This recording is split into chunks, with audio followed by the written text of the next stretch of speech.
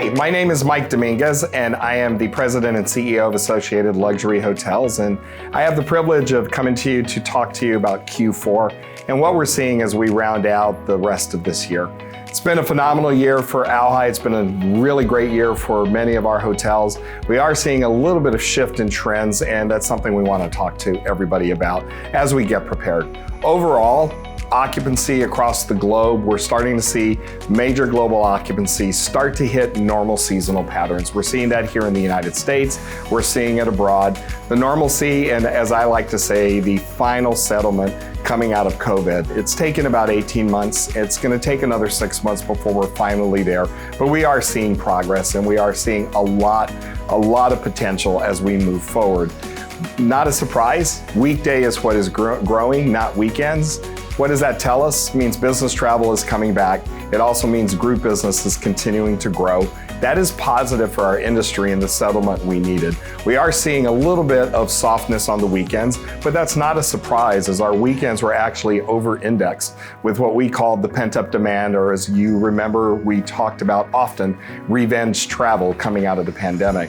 Right now, probably most encouraging for me is if you look at STR's forward-looking forecast over the next 90 days, with everything that's on the books, we are either exceeding or equal to where we were last year at this point in time, which is telling us the roadmap still looks very strong. We don't see a lot of softness. I continue to go back to commentary from CEOs that if they weren't watching media, recession would not be in their vocabulary. And all that simply means is we don't see KPIs that are telling us that a recession is anywhere on the horizon for our industry or for our economy.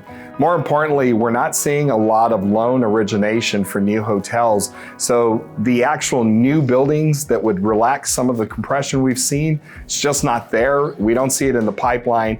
And if we don't have loans originating, it means it's not being planned, at least currently. That tells us the environment is going to continue to remain robust, even if we soften just a little bit in demand. We don't have new supply coming in, and that's going to keep everything a little bit more even as we move forward. When we talk about the meeting professionals and what they're experiencing, a couple of things. Not a surprise, food and beverage is still one of the major talking points where people are looking either for savings or creativity, and more importantly, talking to a stakeholder and trying to understand how they're going to get more budget. More importantly, AV is continuing to come up in the conversation. Expense around AV, what the programming looks like, and what is necessary and not necessary for the program. These are going to continue to be interesting points for a meeting professional moving forward, because there is no magic answer, there is no silver bullet.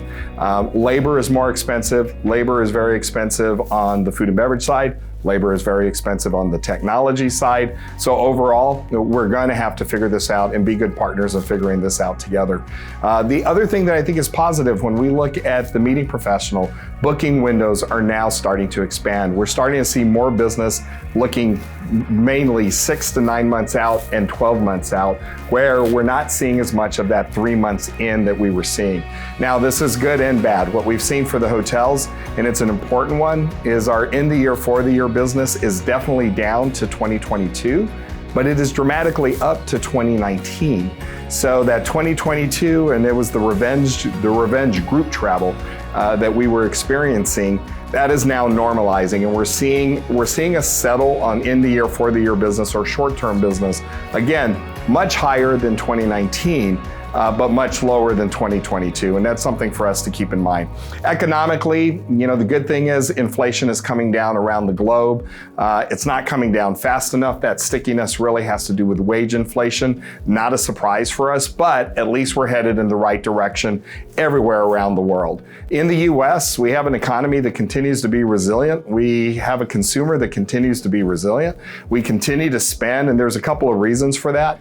But when we look at the consumer, we still have excess savings, and more importantly, if you look at debt payments as as a percentage of disposable income, we actually are much lower than we were in 2019 and much lower than any other time in history. So it's telling us the consumer is actually pretty good. The one thing I would separate, we have a bifurcated economy. You've heard me say that often. We have a bifurcated industry.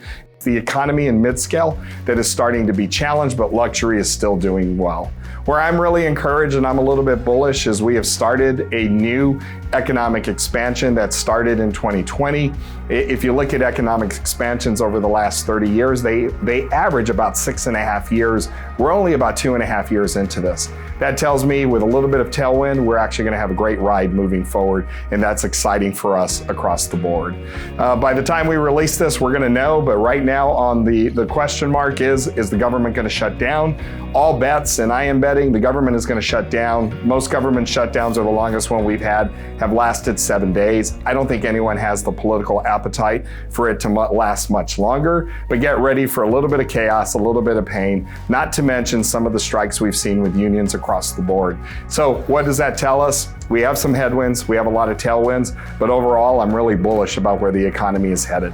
I hope the rest of this quarter, it looks as good as we're expecting it, and we're wishing you much success as you move forward.